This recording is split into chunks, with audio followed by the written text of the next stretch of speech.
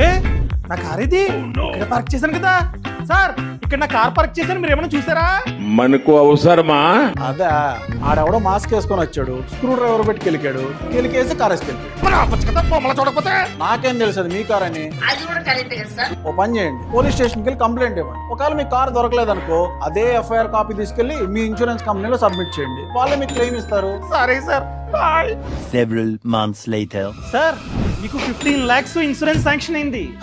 Sir car on road price 20 lakhs, కొని 1 year కూడా అవ్వలేదు 15 lakhs ఇవ్వడం ఏంటి సార్? ఇంకా కార్ వాల్యూ తగ్గదా? దాన్ని డెప్రిషియేషన్ అంటారు. మీరు కొన్నప్పుడు 20 lakhs, ఇప్పుడు 1 year అయింది కనుక 15 lakhs. అందుకనే 15 lakhs శాంక్షన్ చేసాం. సార్ మీరు నా ఇన్సూరెన్స్ పాలసీని చూడలేదనుకుంటా. నేను రిటర్న్ టు ఇన్వాయిస్ అనే యాడ్ ఆన్ తీసుకున్నా. ఈ యాడ్ ఆన్ లో భాగంగా కార్ పోయిందనుకోండి, కారు ఆన్ రోడ్ ధర అంటే అంతా కలిపి ఫైనల్ గా కార్ ఆన్ రోడ్ ధర ఎంతైతే ఉందో అంత ఇవ్వాలి. సో 20 lakhs ఇవ్వండి. సారీ.